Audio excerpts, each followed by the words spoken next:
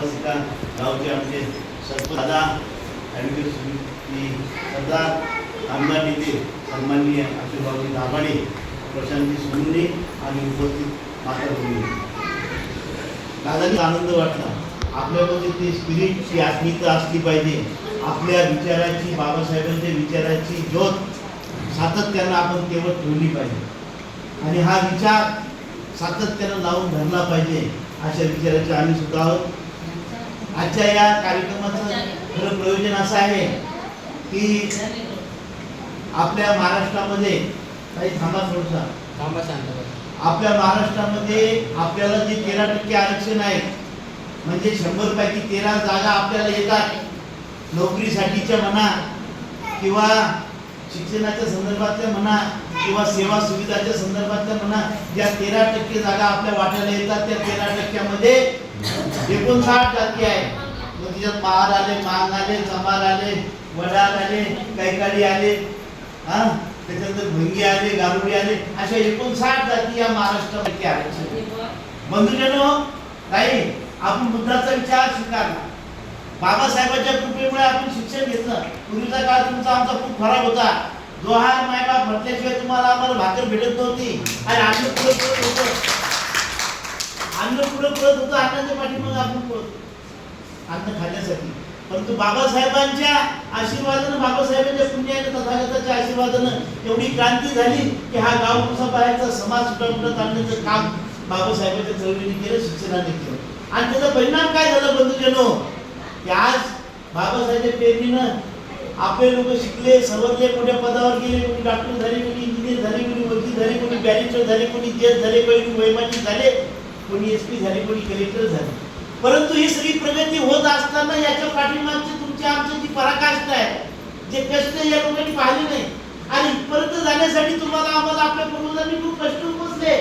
उपाशी तापाशी राहिले, लोकांच्या घरी चौकीदारच्या केल्या, सालं घातले, महिने घातले, 8 कोटी राहिलो, आपण लोकांच्या घरी शेण काढलं आणि पोटाला चिमटा देऊन आवला दिलं, शिकवलं, मुलाबाळांना शिकवलं. आणि त्याचा परिणाम असा झाला की आज शिक्षण क्षेत्रामध्ये आपण सगळ्या ठिकाणी गेलो आणि आज आपण समाजामध्ये चांगल्या चांगल्या पदावर काम करायला. मग याच्यामुळे काय झालं की या मनुवादी विचारसरणीच्या लोकांचं पित्त घवळलं की बौद्ध खूप सुधारले, याचा खूप विकास झाला. परंतु बंधुजनो, 100 ते 10-20% लोक सुधारले म्हणून सगळा समाज सुधारला. आजही ग्रामीण भागाचं चित्र काही चांगलं नाहीये, बिलकुल सुधारले. का नाही? आता आमची पिढी शिकते, विचारानं त्यांच्यामध्ये क्रांती होते, विकासाच्या दृष्टिकोनातून ती वाटचाल सुरू राहिली. परंतु याचा अर्थ असा नाही की 100% समाज हा विकसित झाला. परंतु या लोकांनी असं मनसुबा बांधला की आता बौद्धांचा खूप विकास झाला, आता याचं आरक्षण बंद करून टाकायचं, या 13% 4-5 तुकडे करून टाकायचे. म्हणजे बौद्धाच्या वाट्याला येणाऱ्या 8-9% जागा ज्या होत्या त्या आता एकत्र येतील. अहो मला एक सांगा, 26 जानेवारी 1950ला संविधान लागू झालं. सरपंच साहेब, तुम्ही दादा, सगळ्यांना शिक्षणाचा अधिकार मिळाला. मांगाला भेटला, चंद्राला भेटला, बौद्धाला भेटला, नवबुद्धाला भेटला, महाराजांना भेटला.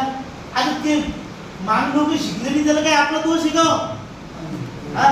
त्याने आमोशा मानले, त्याने डफडे वाजवले नाही का, पुण्या मागवल्या, काय काय केलं आपण. बाबासाहेबांच्या प्रेरणेने, गौतम बुद्धाच्या प्रेरणेने आपण काय केलं, बाबासाहेबांनी सांगितले सगळे देव फेकून द्या, आपण फेकून दिलं नदीमध्ये. मागाने उचलून आणि घरात ठेवले. वास्तविक फेकून दिलं तर वाटोळ कोणाचं व्हायला पाहिजे होतं, बौद्धाचं व्हायला पाहिजे होतं की नाही. परंतु बौद्धाच्या बिल्डिंगवर बिल्डिंग झाल्या, वाटोळ मागायचं झालं, त्यांना देव पुजले सकाळ दुपार संध्याकाळ. परंतु बंधुजनो असं नसतं. प्रयत्न, पराकाष्ठा, कष्ट, मेहनत ही घ्यावं लागते, ती आपल्या समाजाने घेतली. आणि त्याचा परिणाम असा झाला की एक काळ आपल्याला जेवायला भेटत नव्हतो, आज आपण चांगल्याची बरोबरी करायला लागलो. आणि म्हणून या लोकांचं पित्त गवळलं आणि या लोकांनी ठरवलं की आता या 59 जातींमध्ये वेगळे करण्यासाठी कोण आहे, आपल्या गळ्याला लागणारे कोण आहे, तर मांग लागती. म्हणून या मांग लोकांच्या काही नेत्यांना, सगळे मांग समाज नाही, काही 10-5 बगल बच्चे या आरक्षण त्याला गळाला लावले, पैसे आले, पुरवले आणि यांनी सांगितले की आम्हाला स्वतंत्र आरक्षण द्या. ते 13% आम्हाला 5% आरक्षण स्वतंत्र द्या. मला एक सांगा, आज जर उद्या त्यांना 5% आरक्षण जर दिलं तर तुमच्या आमच्या या पोरांचं भविष्य काय राहील उद्या?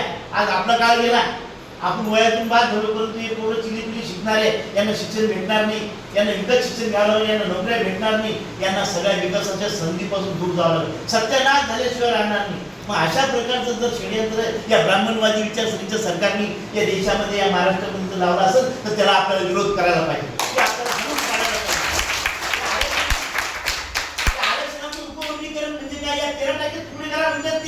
या 2% द्या, त्याला 4% द्या. आणि ही आपली जी ताकद आहे 59 जातीची, हा एक संघ जो बाबासाहेबांनी बांधला तो फोडून टाका, असं या लोकांचं म्हणणं आहे. आणि या अनुषंगाने या मागायला गळाची लावलेलं आहे. म्हणून या आरक्षणाच्या उपवर्गीकरणाला आपल्याला विरोध करायचा आहे. बंधूजनो, आजपर्यंत आपण तुम्ही पाहिला असेल पूर्ण महाराष्ट्रामध्ये, भारतामध्ये जेव्हा जेव्हा काही अन्याय अत्याचार झाला, बौद्ध समाज हा रस्त्यावर उतरला. आपण न्यायासाठी अत्याचाराविरुद्ध भांडलो आणि त्यांना न्याय मिळून दिलं. आता तुम्ही जे खैरलांजीचं प्रकरण तुम्ही महाराष्ट्रभर गाजवत ते ऐकलं असेल. त्या खैरलांजी प्रकरणात भोसमानी हे माग होते, हे बौद्ध नव्हते.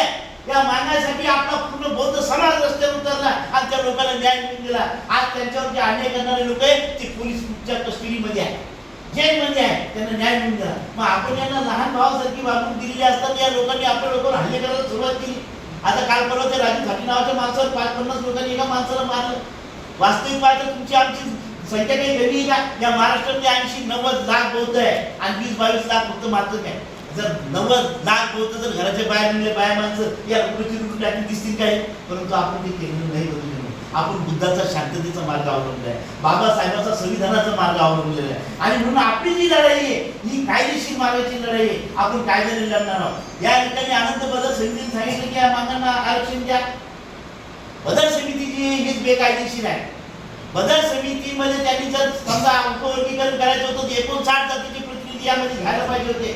यांनी कोणतेच प्रतिनिधी घेतले नाही. घरामध्ये बसून डाटा तयार केला की बौद्ध खूप शिकले, पुढे आले, नोकऱ्या लागले, त्यांचा खूप विकास झाला, आता त्याचं आरक्षण बंद केलं. अरे या गद्यांनी पहिले इम्पिरियल डाटा करायला पाहिजे होता, गावात लिटायला पाहिजे होतं, वाड्या वस्त्यावर ताड्यावर लिटायला पाहिजे होतं की आज बौद्ध समाजाची परिस्थिती काय, किती लोक शिकले, किती लोक नोकऱ्या लागले, आज याची शैक्षणिक अवस्था काय, सामाजिक अवस्था काय, आर्थिक अवस्था काय, कौटुंबिक अवस्था काय, राजकीय अवस्था काय, या सर्व गोष्टीचं वस्तुनिष्ठ अवलोकन या लोकांनी करायला पाहिजे होतं. परंतु यांनी केलं नाही. यांनी घरात बसून हा नियोजनबद्ध गट केला आणि तुमचं आमचं आरक्षण संपूर्ण आपलं सामाजिक, राजकीय, शैक्षणिक आणि सरकारी नोकरीचं सगळं आयुष्य संपवण्याचा घाट घातलेला आहे. आणि म्हणून हा काही कोणाच्या घरचा प्रश्न नाही, ना सुभेदाराच्या नावाच्या, ना सरपंच साहेबाच्या, ना तुमच्या ना माझ्या. हा आपल्या समाजावर घाला आलेला आहे. हा समाजावरचा घाला आपल्याला परतून लावायचा आहे. हा समाजावरचा घाला जर आपण परतून लावू शकलो नाही तर येणाऱ्या पिढीला आपण जाब देऊ शकणार नाही. एवढं लक्षात ठेवा. उद्या हे लोक म्हणतील ना, हे पुन्हा म्हणतील की उद्या आपल्या समाजाचं आरक्षण जेव्हा जात होतं तेव्हा तुम्ही सध्या लोक होते, तुम्ही काय केलं ते विचारतील ना आपल्याला. म्हणून आपण त्यांना सांगू शकलो पाहिजे की जेव्हा आरक्षणावर घाला आला तेव्हा आम्ही रस्त्यावर तुमच्याला संघर्ष केला आणि ते थांबवलं. ही सांगण्याची इतिहास झाला पाहिजे. म्हणून तुम्ही सगळ्या लोकांनी 29 तारखेला म्हणजे परवाच्या दिवशी बुलढाण्याला हे बा काम धंदा प्रपंच संसार हे सगळ्याला आहे, तुम्हाला आहे, मला आहे, सगळ्याला आहे. हे संपले नाही, या आयुष्यभर चालणे आहे. परंतु ही वेळ जर का आपली निघून गेली, ही वेळ का उद्याचा उपवर्गीकरण लागू झालं, तुम्हाला आणि मला येणारा काळ माफ करणार नाही. आणि म्हणून सगळे कामधंदे बंद करा. पाणी असो, पाऊस असो, सायकल असेल, मोटरसायकल असेल, ऑटो असेल, काय जे असेल त्याचे साथ असेल, बाया माणसं पोरं बाबड्या सगळे बुलढाण्याला या आणि जिल्हा अधिकारी कचेरीवर आपल्याला विषय नोंदवायचा आहे. या बुलढाण्याच्या महामोर्चानं मुंबई हल्ली पाहिजे, मुख्यमंत्र्यांना दखल घेता आली पाहिजे की अरे बाबा या समाजाच्या नांदी लागणं चांगलं नाही, हे उपवर्गीकरण आपण थांबवलं पाहिजे. अशा प्रकारचं एक तळमळीचं आव्हान मी तुम्हाला करतो. आणि 29 तारखेला परवा सर्वांनी मोठ्या संख्येने सगळे घरोघरी 40-50 घर असतील, सरपंच साहेब सगळे लेकरं, बाया बापल्या सगळे विद्यार्थी, म्हातारे कुत्रे सगळे आणायचे. आपल्या ताकदीचं प्रदर्शन त्या ठिकाणी झालं पाहिजे आणि आपला आवाज मुंबईपर्यंत गेला पाहिजे की अरे बौद्धावर जर का आपण अन्याय करण्याचा प्रयत्न केला तर हे लोक ऐकणार नाही, हे लोक आपल्याला सळो पिपळो करून सोडल्याशिवाय सोडणार नाही. ही भूमिका घेऊन त्या ठिकाणी आपल्याला 29 तारखेला यायचं आहे. मी हात जोडून सर्वांना विनंती करतो की 29 तारखेला सगळे काम धंदे सोडा आणि बुलढाण्याला जिजामाता प्रेक्षागृहातून 11 वाजता हा मोर्चा जिल्हाधिकारी कचेरीवर येणार आहे. 13 तालुक्यातून लोक येणार आहे, गावागावातून लोक येणार आहे. आणि आपण सुद्धा आपल्या गावाचा त्या ठिकाणी सहभाग नोंदवा एवढंच आवाहन करतो. थांबतो. जय भीम, जय बुद्ध, जय भारत.